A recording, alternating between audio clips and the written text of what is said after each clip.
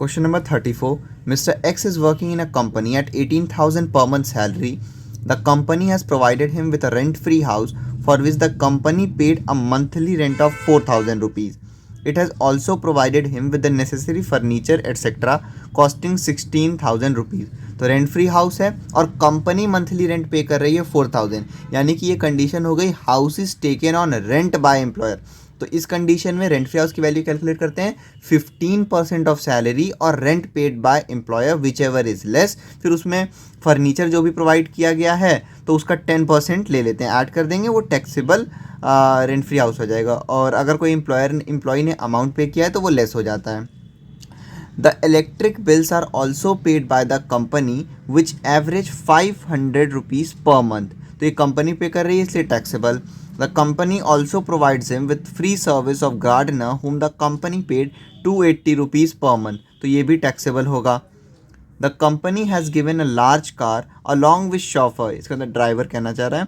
Mister x himself bears the expenses of car relating to his personal use. अब company ने large car भी दी है, driver भी दी है, एक्स बेयर कर रहे हैं personal use. House owned by car owned by employer and expenses by employ वाली कंडीशन होगी। तो इस केस में लार्ज कार की वैल्यू होती है 900 रुपीज़ पर मंथ और ड्राइवर की तो दोनों ही केस में 900 पर मंथ फिक्स होती है। ये भी रूल है, याद करना पड़ेगा। He is getting 3,000 per month as entertainment allowance. तो ये प्राइवेट एम्प्लॉय हैं तो इस वजह से फुली टैक्सेबल होगा। He is also provided free lunch in the office on 200 working days which cost the company 12,000 rupees. 200 दिन इनको फ्री लंच मिल रहा है और कंपनी को वो कॉस्ट किया है 12,000 रुपीज़। तो पहले हम 12,000 अपॉन 200 कर देंगे, एक दिन का लंच का वैल्यू पता कर लेंगे। और हमें पता है कि पर डे 50 रुपीज़ लंच जो होता है वो एग्जेम्प्ट होता है। तो जैसे इसको 12,000 अपॉन 200 करेंगे तो आ जाएगा 60 आ जाएगा। तो हमने पढ़ा 50 रुपीज़ तक एग्जेम्प्ट रहता है, तो 60 माइनस 50 इंटू जितने भी दिन उन्होंने खाना खाया है 200, वो टैक्सेबल वैल्यू होगी केवल 10 रुपये के हिसाब से। He contributes 12% of his salary to the recognised provident fund which the company contributing equal sum. यहाँ पे बोला गया है ये जो कंट्रीब्यूट कर रहा है 12% ऑफ सैलरी, ये तो वैसे भी नहीं लेते हैं चाहे जितना भी कंट्रीब्यूट कर दे एम्प्लॉय, लेकिन कंपनी भी कंट्रीब्यूट कर रही है और 12% तक जो कंपनी कंट्रीब्यूट करती है रिकॉग्नाइज्ड प्रोविडेंट फंड में वो एग्जेम्प्ट रहता है। The amount of interest credited to his provident fund account for the previous year is 10,000 rupees. तो यहाँ पे इंटरेस्ट का परसेंटेज बताया नहीं है, पहले हम 9.5% सैलरी का कैलकुलेट कर लेंगे। अगर इससे ज़्यादा होता है तो ये एग्जेम्प्ट हो जाएगा, इससे कम होगा तो हम उसके हिसाब से कैलकुलेट कर लेंगे। Compute mister x gross salary income for the assessment year 22-23। Solution देखते हैं 34 का। Format computation of taxable salary, ये हो जाएगा फॉर द असेसमेंट ईयर 2022-2023। इसके बाद सबसे पहले इसमें ले लेंगे सैलरी। सैलरी है 18,000 पर मंथ, 18,000 इंटू 12, 18,000 इंटू 12 या गया 2,16,000 रुपीज़। सैलरी के बाद दे रखा है रेंट फ्री हाउस, तो रेंट फ्री हाउस का हम कैलकुलेशन करेंगे। तो रेंट फ्री हाउस का कैलकुलेशन देख लेते हैं। सबसे पहले सैलरी का फॉर्मूला होता है रेंट फ्री हाउस के लिए basic salary plus TA retirement पे प्लस डियरनेस पे bonus plus commission plus all taxable allowances.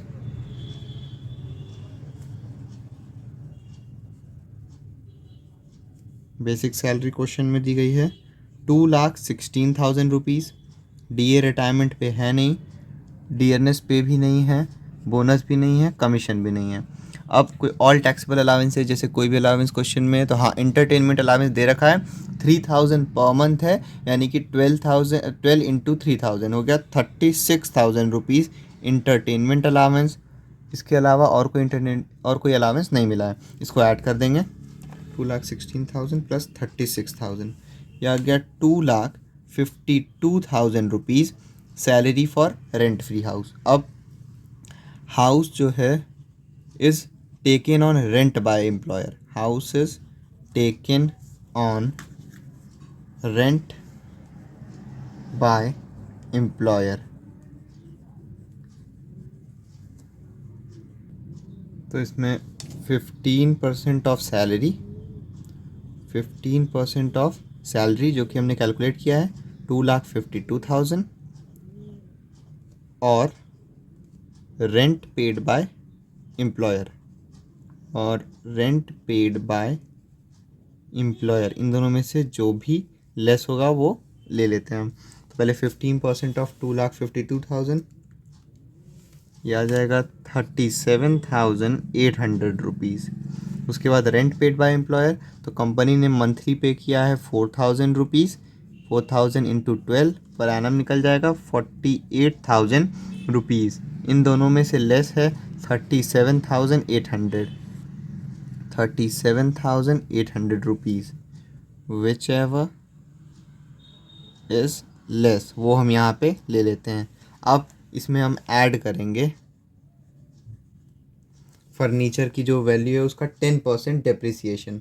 तो फर्नीचर क्वेश्चन में दे रखा है 16,000 का फर्नीचर प्रोवाइड किया गया है, तो ऐड 10% ऑफ 16,000 रुपीज़, यह आ जाएगा 1,600 रुपीज़। इसको ऐड कर देंगे 37,800 प्लस 1,600 रुपीज़, यह आ जाएगा 39,400 रुपीज़। ये टैक्सेबल रेंट फ्री हाउस आ जाएगा। तो सबसे पहले हमने सैलरी कैलकुलेट कर लिया फार्मूले से, फिर house is taken on rent by employer था, तो 15% ऑफ सैलरी और rent paid by employer which ever is less, उसमें ऐड करते हैं जो फर्नीचर प्रोवाइड हुआ है उसका 10%, तो ये taxable rent free house, rent free house की वैल्यू आ जाएगी 39,400 रुपीज़। रेंट फ्री हाउस के बाद क्वेश्चन में दे रखा है electric bills paid by company, electric bills paid by company 500 rupees per month, 500 into 12, यह आ गया 6,000 रुपीज़, फुली टैक्सेबल क्योंकि एम्प्लॉयर पे कर रहा है। फिर company also providing free service of gardener, तो गार्डनर प्रोवाइडेड बाय कंपनी, जिसको कि कंपनी ने पे किया है 280 rupees per month, 280 into 12, 280 into 12, 3,360 rupees. Gardener के बाद दिया हुआ है क्वेश्चन में कार की, मोटर कार, तो owned by employer and expenses by employ वाली कंडीशन है, तो इसमें लार्ज कार की वैल्यू होती है 900 रुपीज़ पर मंथ, 900 इंटू 12 कर देंगे, ये आ जाएगा 900 इंटू 12 10,800 रुपीज़, और ऐड करेंगे जो ड्राइवर की वैल्यू दी गई है, ड्राइवर की वैल्यू नहीं दी गई, ड्राइवर का फिक्स होता है, अगर ड्राइवर प्रोवाइड हुआ है तो 900 सॉरी हाँ 900 इंटू 12, 900 रुपीज़ ड्राइवर का फिक्स होता है, तो ये भी हो जाएगा 10,800 रुपीज़। ये रूल याद करना पड़ेगा तभी आएगा अच्छे से इसको। फिर 10,800 प्लस 10,800, ये आ गया 21,600 रुपीज़। मोटर कार के बाद दिया हुआ है इंटरटेनमेंट अलावेंस, प्राइवेट एम्प्लॉई हैं, फुली टैक्सेबल, इसमें कोई डिडक्शन नहीं मिलेगा। Entertainment allowance 3,000 per month into 12, ये हो जाएगा 36,000 रुपीज़। उसके बाद फ्री लंच की बात की गई है, तो इसका कैलकुलेशन देख लीजिए कैसे करते हैं। सबसे पहले तो हम एक दिन का वैल्यू निकाल लें, तो टोटल 12,000 रुपीज़ कंपनी ने फॉर विच कॉस्ट, हाँ टोटल 12,000 रुपीज़ कॉस्ट आया था और 200 दिन तक उन्होंने खाया, तो पहले हमने इससे एक दिन की वैल्यू निकाल ली, तो एक दिन की लंच की वैल्यू आ गई 60 रुपीज़। उसके बाद रूल ये कहता है कि अगर कोई ऑफिस के समय लंच प्रोवाइड हुआ है तो 50 रुपीज़ पर मील तक एग्जेम्प्ट होता है, तो 60 रुपीज़ पर मील का खर्चा आया है, उसमें से 50 रुपीज़ एग्जेम्प्ट रहेगा, और कितने दिन तक उन्होंने खाया है तो 200 डेज, तो 60 माइनस 50 10 आ जाएगा, 10 इंटू 200 2000 रुपीज़। सबसे पहले हमने एक दिन के मील की वैल्यू निकाली तो आ गई 60 रुपीज़। फिर हमने पढ़ा था कि 50 रुपीज़ पर मील तक एग्जेम्प्ट होता है, तो 60 माइनस 50 कर लिया क्योंकि 50 एग्जेम्प्ट था। 10 रुपीज़ आ गया टैक्सेबल। इन्होंने 200 दिन तक खाया था तो 10 इंटू 200 2000 रुपीज़ लंच की वैल्यू हो गई। लंच के बाद बोला गया है ही जो उसने जो कंट्रीब्यूट किया वो तो लेते नहीं है, एम्प्लॉयर कंट्रीब्यूशन लेते हैं। एम्प्लॉयर कंट्रीब्यूट टू सैलरी, लेकिन बोला गया है एट द रेट 12%, और 12% ऑफ सैलरी जो एम्प्लॉयर कंट्रीब्यूट करता है वो भी एग्जेम्प्ट होता है। फिर बोला गया है interest on provident fund, interest on provident fund. तो इसमें कहीं भी इंटरेस्ट तो दे नहीं रखा है कि कितना परसेंट है। अगर दिया होता तो हमको पता है कि इसमें 9.5% तक एग्जेम्प्ट रहता है, तो पहले हम सैलरी का 9.5% निकाल लेंगे, उसके अकॉर्डिंग करते हैं इसको। तो पहले रिकॉग्नाइज प्रोविडेंट फंड, तो इसमें सैलरी कैसे निकलता है? सैलरी निकलता है basic salary plus TA retirement plus dearness pay plus commission on sales. Basic salary हमने क्वेश्चन में कैलकुलेट किया था 2,16,000 रुपीज़, बाकी और कुछ भी क्वेश्चन में दे नहीं रखा है। तो 2,16,000 ही salary for recognise provident fund हो गया। अब यहाँ हमको सिर्फ इंटरेस्ट के बारे में कैलकुलेट करना है। तो इंटरेस्ट जो होता है एट द रेट 9.5% तक एग्जेम्प्ट रहता है। तो पहले हम सैलरी का 9.5% निकाल के देख लेते हैं। 2,16,000 का 9.5% कितना आ रहा है? 2,16,000 का 9.5% या क्या 20,520।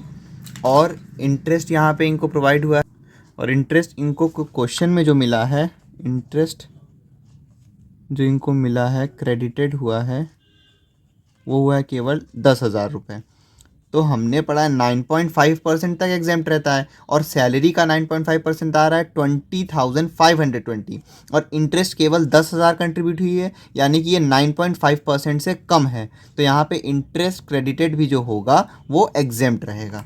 सबसे पहले हमने सैलरी निकाला, फिर इंटरेस्ट रूल कहता है कि 9.5% तक एग्जेम्प्ट रहेगा। सैलरी का 9.5% निकाले, वो आ गया 20,520, और उसके बाद इंटरेस्ट हमने क्वेश्चन में देखा कि केवल 10,000 हुआ, यानी कि ये 9.5% से कम है, इसलिए ये एग्जेम्प्ट होगा। तो इंटरेस्ट ऑन प्रोविडेंट फंड, क्योंकि ये लेस देन 9.5% है, लेस देन 9.5% है, इसलिए ये एग्जेम्प्ट है, और 9.5% तक एग्जेम्प्ट रहता है। फिर इन सबको टोटल कर देंगे तो ग्रॉस सैलरी आ गई हमारी 3,24,360 रुपीज़। ये है ग्रॉस सैलरी।